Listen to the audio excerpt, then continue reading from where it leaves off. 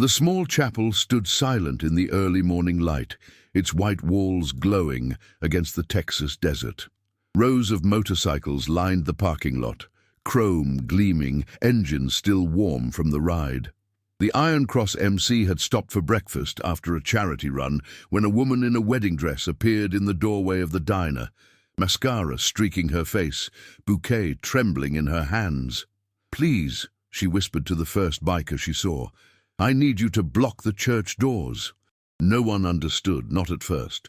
A bride, moments before her ceremony, begging strangers to stop her own wedding. But Deacon Hawk Mercer, a man who knew desperation when he saw it, didn't ask questions. He just nodded.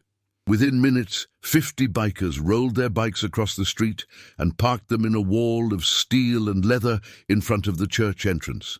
When the groom arrived, everything changed.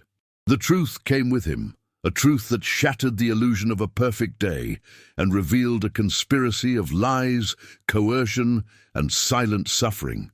What the bikers stopped wasn't just a wedding, it was a trap.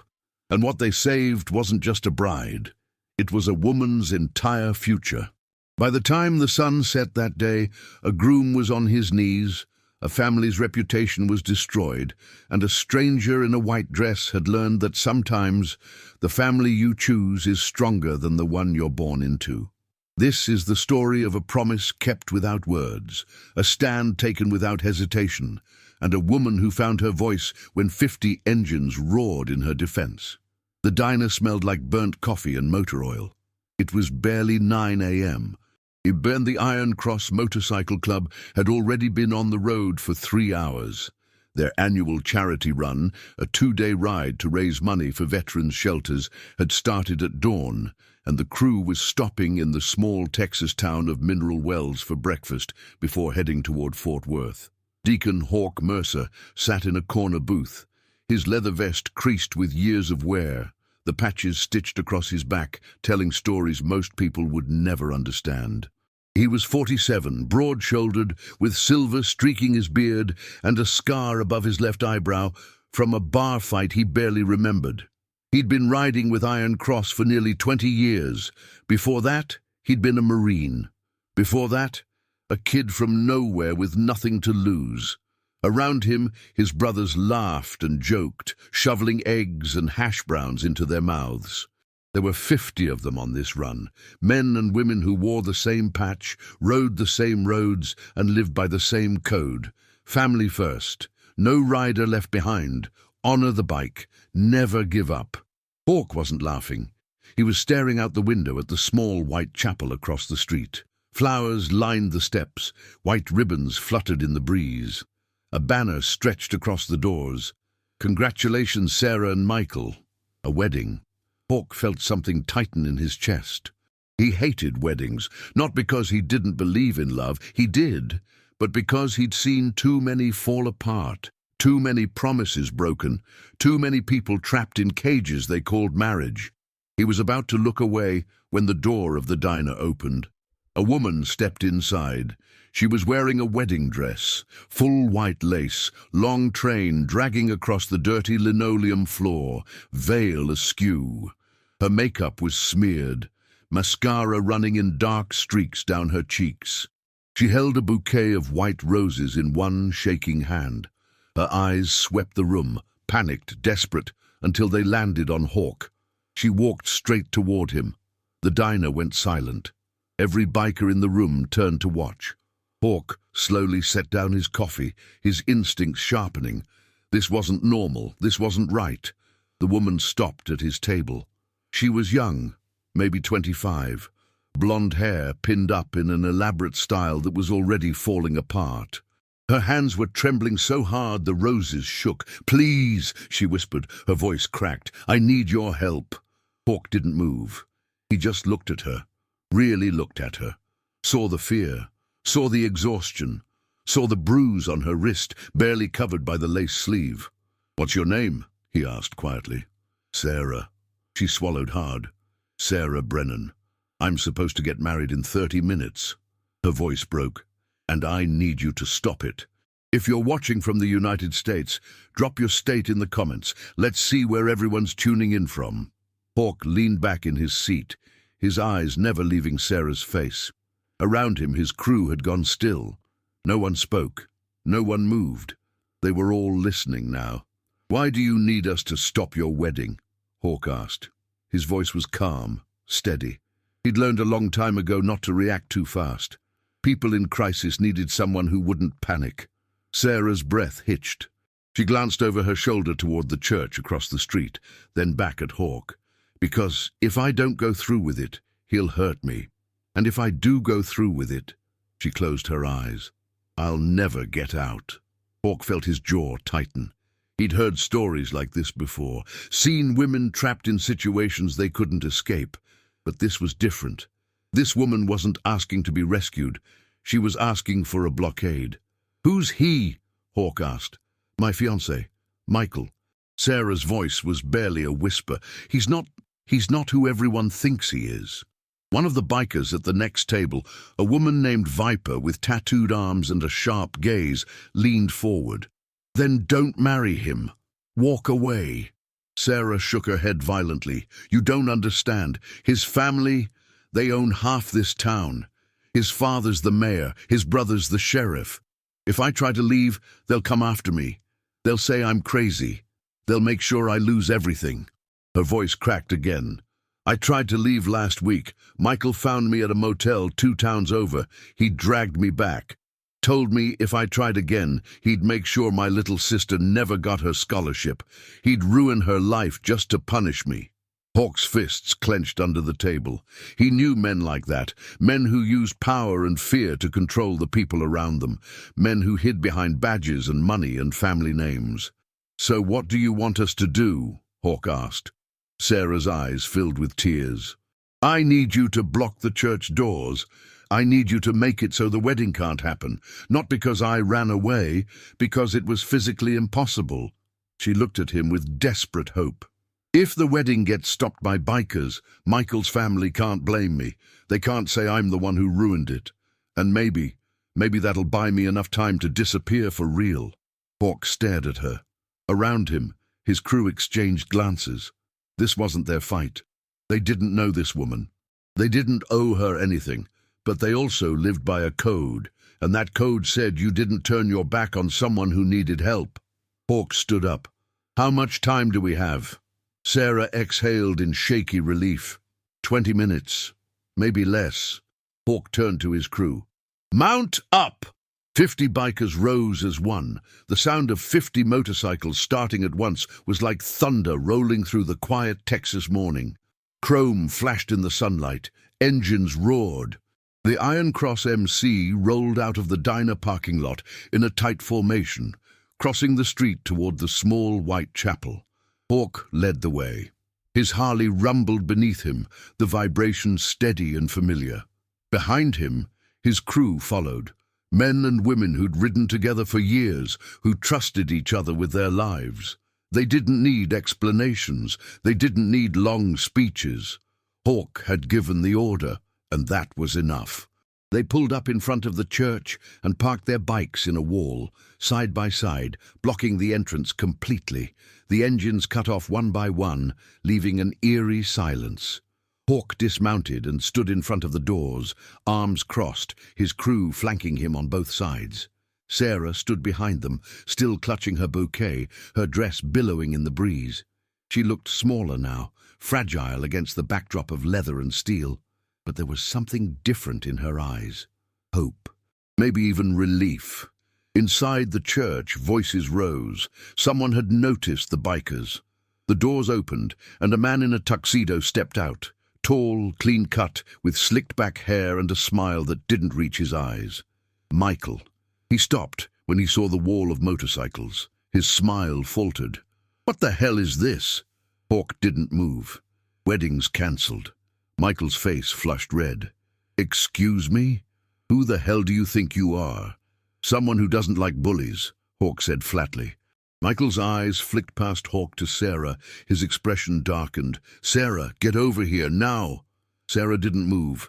She stood behind Viper, her hands shaking but her feet planted. Michael took a step forward.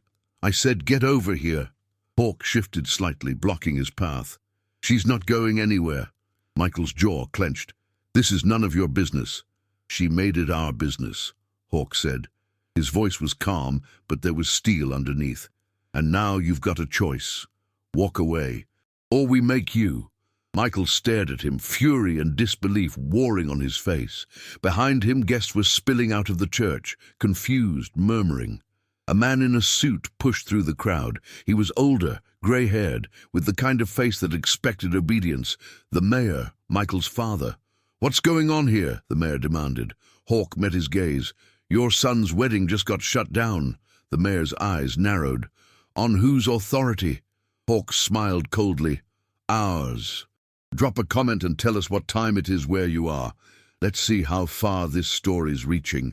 The mayor's face turned the color of a ripe tomato. He wasn't used to being defied, not in this town, not by anyone. He took a step forward, his voice rising. "You have no right to be here. This is private property. I'll have you all arrested for trespassing." Hawk didn't flinch. "Call the cops. I'll wait." The mayor pulled out his phone, but before he could dial, another voice cut through the tension. A woman pushed through the crowd, older, elegant, wearing a lavender dress and pearls. Michael's mother. "Wait!" she said sharply. She looked at Sarah, standing behind the wall of bikers, and something in her expression shifted. Not anger, concern. "Sarah, honey, what's going on? Why are you out here?" Sarah's voice was small but steady. "I can't marry him, Mrs. Brennan." Michael stepped forward again, his face twisted with rage. "Sarah, stop this. You're embarrassing yourself." "I'm telling the truth," Sarah said louder now. Her voice shook, but she didn't back down. "I can't marry you because I'm terrified of you, because you threatened my sister, because you hurt me." The crowd went silent. Michael's mother's face paled. The mayor froze, his phone still in his hand. Michael laughed, a sharp, bitter sound. "You're insane. I've never hurt you. I've given you everything." "You gave me bruises," Sarah said, her voice breaking. "You gave me panic attacks. You gave me threats every time I tried to say no to something you wanted." She pulled up the lace sleeve of her dress, revealing a dark bruise circling her wrist. "You did this 2 days ago when I asked if we could postpone the wedding." Michael's mother gasped. The mayor's face went rigid. Around them, the guests murmured in shock. Michael's mask cracked. "You're lying. You're making this up because you're scared of commitment." "I'm scared of you," Sarah said. Her voice was steady now, stronger. "And I'm done pretending I'm not." Hawk watched Michael carefully. He'd seen men like this before, men who thought they were untouchable, men who believed their power made them invincible. But Hawk also knew how quickly that illusion could shatter. Michael took another step towards Sarah. "You're not leaving me. You signed the prenup. You agreed to this." "I agreed because you told me if I didn't, you'd destroy my family," Sarah said. Tears streamed down her face, but her voice didn't waver. "You told me you'd make sure my sister lost her scholarship. You told me you'd ruin my father's business. You told me I had no choice." The mayor's face was ashen now. He looked at his son, and for the first time, doubt flickered in his eyes. "Michael, is this true?" Michael opened his mouth, then closed it. His jaw worked. His fists clenched. And then, without warning, he lunged toward Sarah. He didn't make it 3 feet. Hawk stepped into his path, one hand catching Michael's shoulder and shoving him back, hard. Michael stumbled, his polished shoes skidding on the pavement. "Don't," Hawk said quietly. His voice was ice. "Don't even think about it." Michael stared at him, breathing hard, fury radiating off him in waves. But he didn't move. Behind Hawk, Viper stepped forward and placed a hand on Sarah's shoulder. "You're safe," she said quietly. "We've got you." Sarah nodded, tears still streaming down her face, but she didn't look away. She didn't run. She stood there, in her wedding dress, with 50 bikers at her back, and faced the man who'd tried to trap her. And Michael, for the first time in his life, realized he'd lost. The silence stretched. Michael stood frozen, his chest heaving, his face twisted with rage and humiliation. Around him, the wedding guests stared, some in shock, some in disbelief, some with expressions of dawning horror. The mayor looked at his son, and something crumbled in his face. "Michael, tell me she's lying." Michael didn't answer.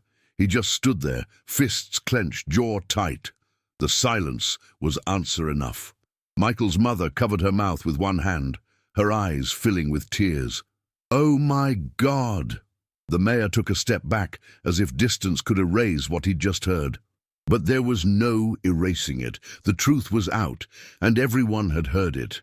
One of the guests, a woman in a blue dress, stepped forward hesitantly. "Sarah, I had no idea. Why didn't you say something?" Sarah's voice was quiet but firm. "Because I was afraid. Because Michael told me no one would believe me. Because his family owns this town, and I'm nobody." She looked at the woman, then at the crowd. "But I'm done being nobody. I'm done being silent." Another voice rose from the crowd. A young man in a suit, maybe mid-20s, stepped forward. He looked at Michael with something close to disgust. "I believe her. I've seen the way you treat people, Michael. The way you act when no one's watching. I didn't think it was my place to say anything." A murmur rippled through the crowd. Others nodded. Someone whispered, "I saw bruises on her arms at the rehearsal dinner." Michael's face went white, then red. Then he exploded. "This is insane. You're all going to take the word of some hysterical woman over mine? I'm the one who what?" Hawk interrupted. His voice was cold. "Who threatened her? Who hurt her? Who made her so terrified she had to beg strangers for help?" He stepped closer to Michael, his presence towering, his gaze unrelenting. "You're not the victim here, son. You're the monster." Michael's mouth opened and closed. No words came out. The mayor finally spoke, his voice hollow. "Michael, go inside, now! Dad, now!" Michael's jaw clenched. He shot one last venomous look at Sarah, then turned and stormed into the church. The door slammed behind him. The mayor stood there for a long moment, staring at the ground. Then he looked at Sarah. "I'm sorry," he said quietly. "I didn't know." Sarah's voice was steady. "You didn't want to know." The mayor flinched. He didn't argue. He just nodded slowly, then turned and walked back into the church. His wife followed, her shoulders shaking with silent sobs. The guests began to disperse, murmuring among themselves, glancing back at Sarah with a mix of pity and shame. Within minutes, the crowd had thinned. The parking lot emptied. The white ribbons fluttered in the breeze, untouched. Sarah stood there, still in her wedding dress, surrounded by 50 bikers. She looked at Hawk, her eyes red but clear. "Thank you." Hawk nodded. "You did the hard part. We just stood in the way." Sarah smiled, small, fragile, but real. "I don't have anywhere to go." Viper stepped forward. "You do now." 20 minutes later, Sarah was no longer wearing a wedding dress. She'd changed into jeans and a t-shirt borrowed from Viper, her hair pulled back in a simple ponytail. The elaborate makeup was gone, washed away in the diner bathroom. She looked younger now, freer. Hawk stood outside the diner, arms crossed, watching as his crew prepped for the ride. Sarah's belongings, a small duffel bag she'd packed weeks ago and hidden in her car, were strapped to the back of one of the bikes. She'd been planning her escape for a long time. She just hadn't known how to pull it off. Sarah walked up to him, her hands in her pockets. "Where are we going?" "Fort Worth," Hawk said. "We've got a safe house there, run by a friend of mine, former Marine, helps people in situations like yours. She'll get you set up with a lawyer, a new place to stay, maybe even a job if you want one." Sarah's eyes widened. "You do this a lot?" Hawk shrugged. "Often enough." "Why?" Hawk looked at her. "Because someone did it for me once, long time ago, and I promised myself if I ever had the chance to do the same, I would." Sarah nodded slowly. "I don't know how to thank you." "Don't thank me yet," Hawk said. "You've still got a long road ahead. Michael's family won't let this go quietly. You'll need to stay smart, stay low, and don't go back, no matter what." "I won't," Sarah said firmly. "I'm done running toward the wrong things. It's time to run toward something better." Hawk smiled, a rare, genuine expression. Good. Viper walked up, helmet in hand. Ready? Sarah nodded. She took the helmet, then looked back at the church one last time. The white ribbons still fluttered. The banner still hung across the doors. But the wedding was over. The lie was dead. She turned away and climbed onto the back of Viper's bike. The engines roared to life. 50 motorcycles rolled out of mineral wells in formation, chrome gleaming in the afternoon sun, the sound of freedom echoing across the desert. Sarah held on tight, the wind whipping her hair, the open road stretching ahead. She didn't look back. If this story's hitting you in the feels, drop a like and let us know you're here. 3 days later, the story of the bride who'd stopped her own wedding had spread across mineral wells like wildfire. The mayor's office issued a statement calling it a private family matter. The local newspaper ran a vague article about a disrupted ceremony, but the truth, the real truth, lived in the whispers and hushed conversations of the people who'd been there. Michael Brennan didn't show his face in public for a week. When he finally did, people avoided him. Former friends crossed the street. Business partners cancelled meetings. His father's political reputation took a hit. The sheriff, Michael's brother, quietly announced he wouldn't be running for re-election. In Fort Worth, Sarah sat in a small office across from a woman named Carmen, a lawyer specializing in domestic abuse cases.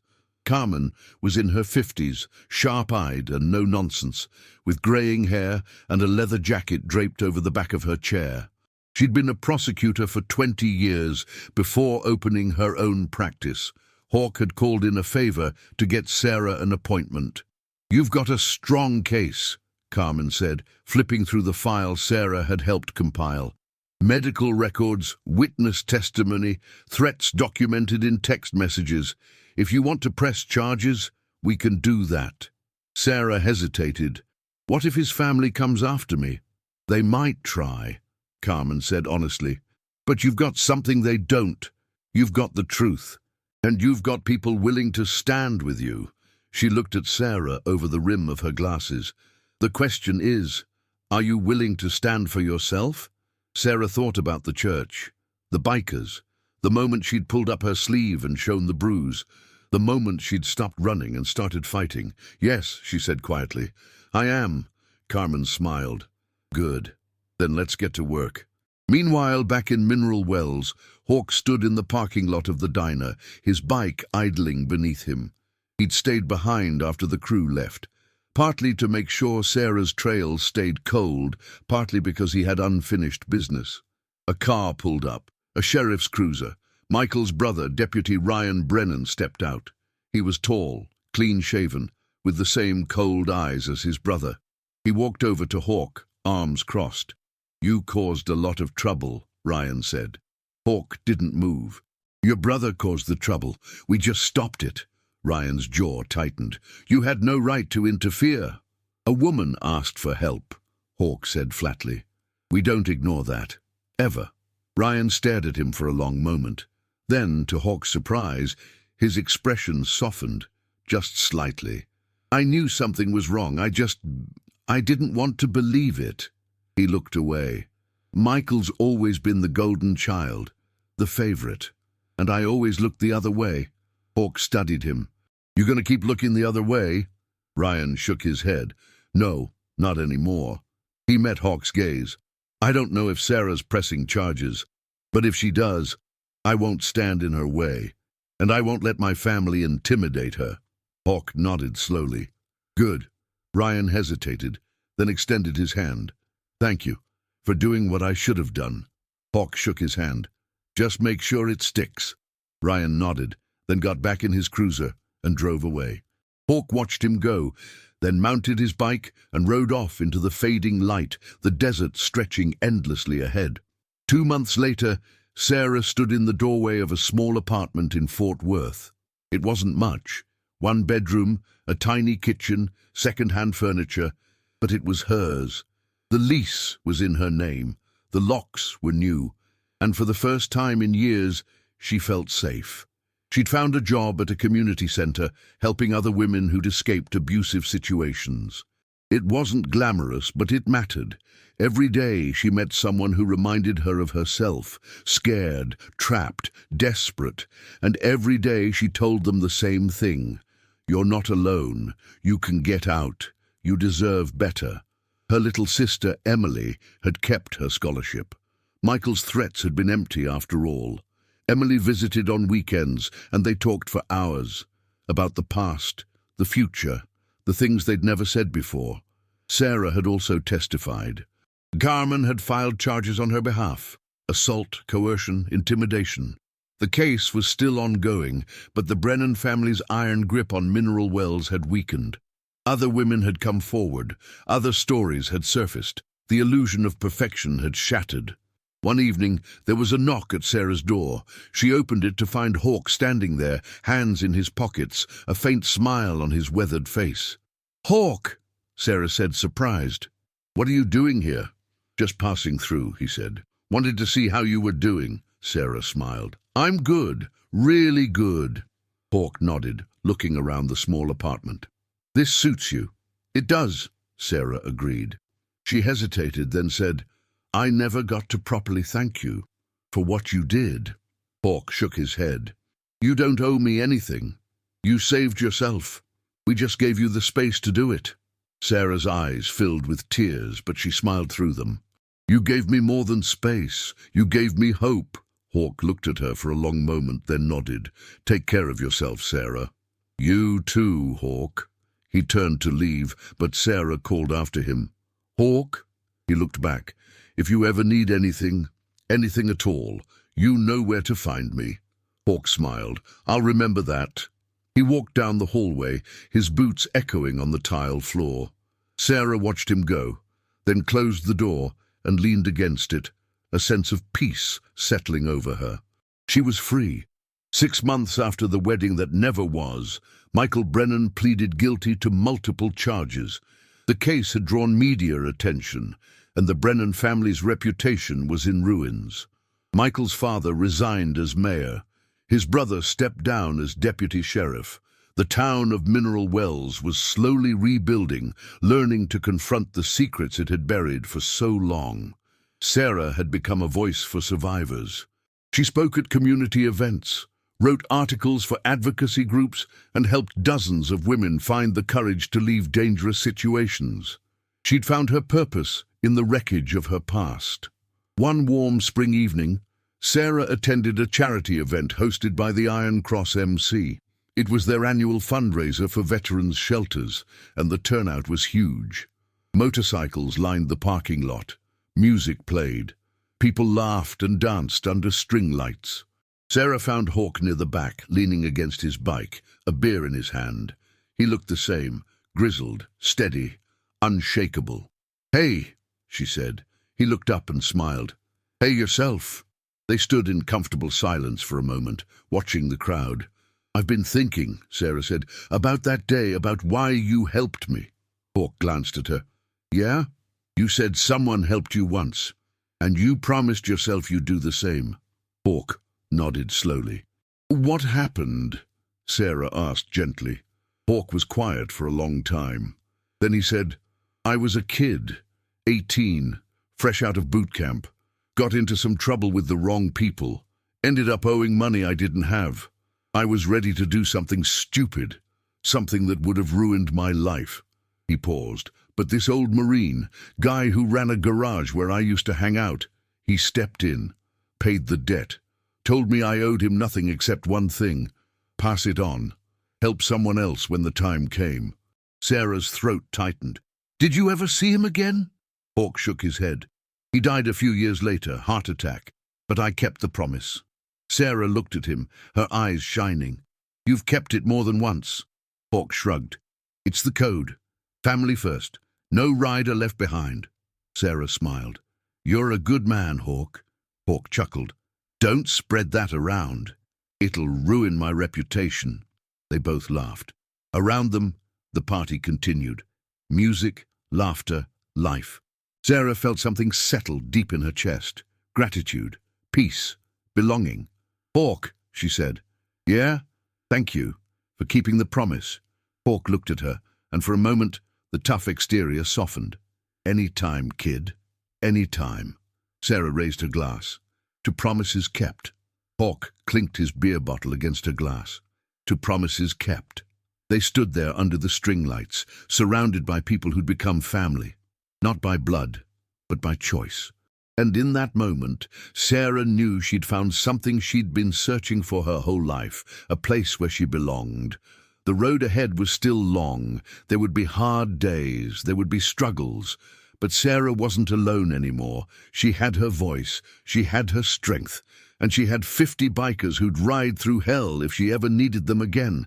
The engines would roar, the road would call, and the promise, the iron promise, would endure. The sun rose over the Fort Worth skyline, casting golden light across the headquarters of the Iron Promise Foundation.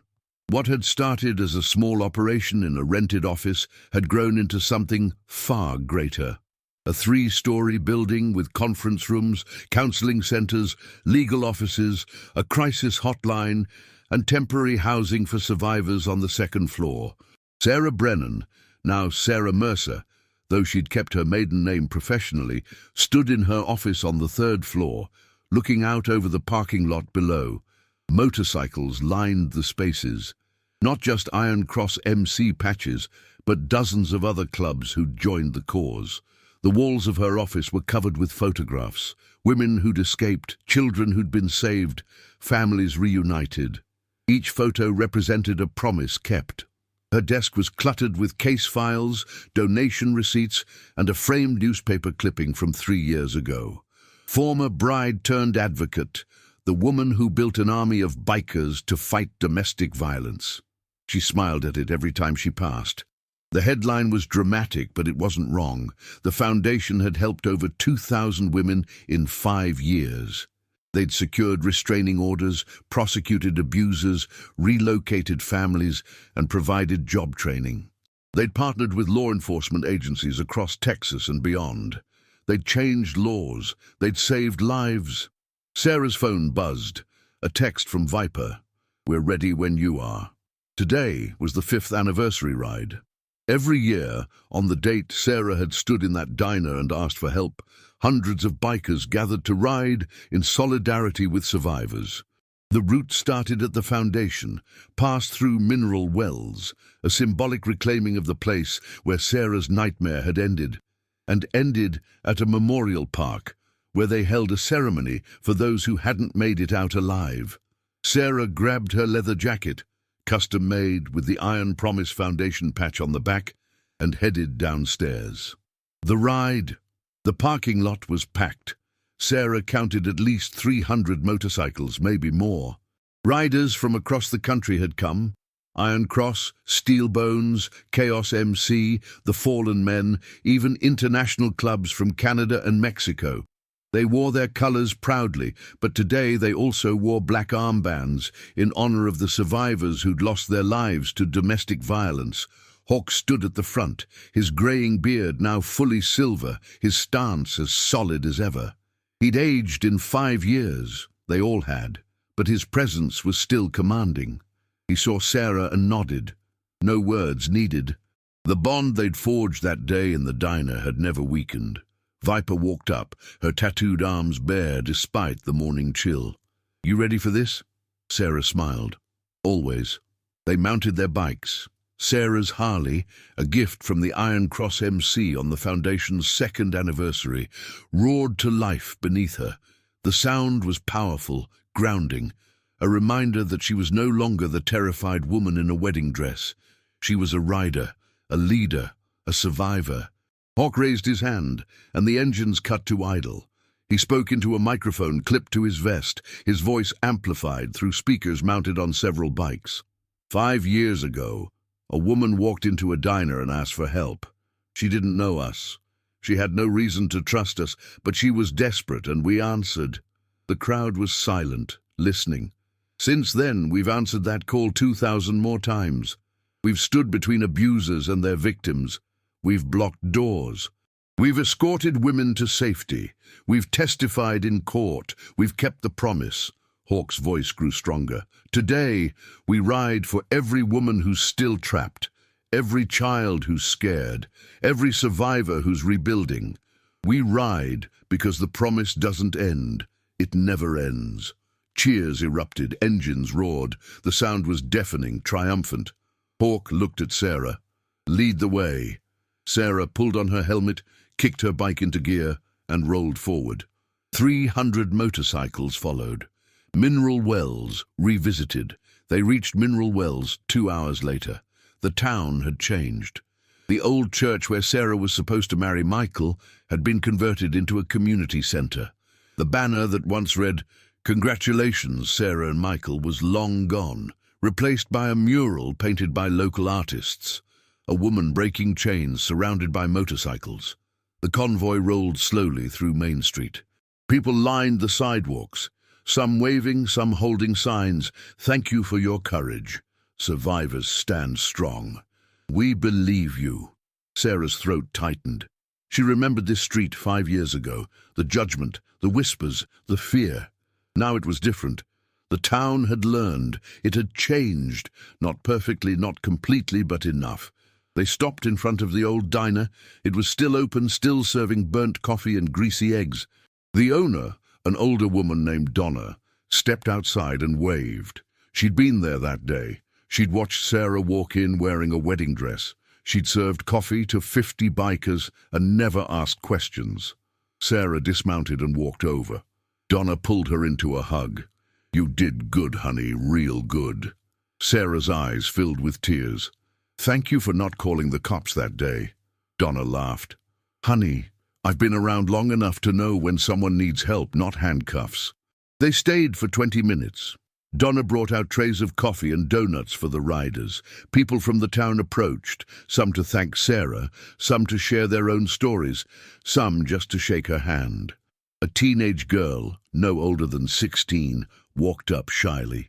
"You're the reason I told my mom about my stepdad. She didn't believe me at first, but then she saw your interview online. We left 2 months ago. We're safe now." Sarah hugged her tightly. "You're so brave." "Don't ever forget that." The girl nodded, tears streaming down her face. The memorial. The final stop was a memorial park on the outskirts of Fort Worth. It had been built 3 years ago with donations from the foundation and the motorcycle community. At the center stood a bronze sculpture, a woman with her arms raised, breaking free from chains, surrounded by a circle of motorcycles. Engraved on the base were the names of domestic violence victims who had died in Texas over the past decade. The riders gathered in a circle around the memorial. Families of survivors stood with them, volunteers from the foundation, lawyers, counselors, law enforcement officers who'd worked on cases. It was a community built on pain, but sustained by hope. Sarah stepped forward to speak. Her voice was steady, clear. 5 years ago, I thought my life was over. I thought I had no choice. I thought no one would help me." She paused, looking at the faces around her. "But I was wrong. 50 strangers on motorcycles stood between me and the worst decision I would ever make. They didn't know me. They didn't owe me anything. But they helped. Because that's what family does." She gestured to the memorial. "These names represent people who didn't get that chance, who didn't have someone to stand with them, and that's why we're here. That's why we ride. That's why we fight, because every life matters. Every survivor deserves to be believed, protected, and supported." Naji, she looked at Hawk. "Someone once told me that promises are only as strong as the people who keep them. The iron promise isn't just a foundation. It's a vow, a commitment, a way of life." Hawk stepped forward and placed a hand on Sarah's shoulder. "And we'll keep it, no matter what." The crowd echoed, "No matter what." Personal reckonings. After the ceremony, as the crowd dispersed, Sarah found herself alone at the memorial. She traced her fingers over the engraved names, whispering a silent prayer for each one. Footsteps approached. She turned to see a man in his early 50s, graying hair, tired eyes. It took her a moment to recognize him. Ryan Brennan, Michael's brother, the former deputy sheriff. "Sarah," he said quietly. She stiffened. "Ryan, I won't take up much of your time. I wanted to tell you something." He took a breath. Michael's in prison. You know that. But what you don't know is that he's been denied parole 3 times, and each time I testified against him. Sarah's eyes widened. You did? Ryan nodded. I should have done it sooner. I should have stopped him years before you ever met him, but I didn't, and I have to live with that. His voice cracked. I just wanted you to know. I'm trying to make it right. I can't undo what he did, but I can make sure he never hurts anyone again. Sarah looked at him for a long moment. Then she extended her hand. Thank you. Ryan shook it, tears in his eyes. Thank you for having the courage I didn't. He walked away, and Sarah watched him go, feeling something shift inside her. Not forgiveness exactly, but a kind of closure. The promise continues. That night, back at the foundation, Sarah sat with Hawk, Viper, and a dozen other core members of the Iron Cross MC. They shared stories, laughter, and a few tears. They talked about the women they'd helped that year, the cases they'd won, the challenges still ahead. Viper raised her glass. To Sarah, the woman who changed everything. To all of us, Sarah corrected. To every person who chooses to stand up instead of walk away. They clinked their glasses together. Hawk looked at Sarah. You know what the old Marine told me? The one who helped me? Sarah shook her head. He said, a promise isn't a one-time thing. It's a way of living. You keep it every day, in every choice, until the day you die. Hawk's eyes were steady. You've lived that promise, Sarah, and you've taught the rest of us how to do the same. Sarah felt tears prick her eyes. I couldn't have done it without you. And we couldn't have done it without you, Viper said. You gave us a purpose bigger than ourselves. Sarah looked around the room, at the faces of people who'd become her family, not by blood, not by marriage, but by choice, by loyalty, by love. So what's next? Viper asked. Sarah smiled. We keep riding, we keep fighting, we keep the promise. Hawk raised his glass again. To the Iron Promise. To the Iron Promise, they all echoed. A final vision. Later, as Sarah stood alone on the Foundation's rooftop deck, looking out over the city lights, she thought about that morning 5 years ago. The terror, the desperation, the moment she'd walked into a diner and asked 50 strangers to change her life. She thought about every woman who'd walked through the Foundation's doors since then, every child who'd been saved, every abuser who'd been held accountable, every survivor who'd found their voice. The road had been long, and it was far from over, but Sarah wasn't afraid anymore. She had her bike, she had her family, she had her purpose, and she had the promise, the Iron Promise, unbreakable, unyielding, eternal. She heard the rumble of engines below, another ride starting, another survivor being escorted to safety, another promise being kept. Sarah smiled, pulled on her jacket and headed down to join them. Because the ride never ends, and neither does the promise. Thank you for riding with us through Sarah's journey. If this story moved you, hit that subscribe button and join our community. More stories of courage, redemption, and unbreakable promises are coming soon. Until the next ride, stay strong, stay loyal, and keep your promises.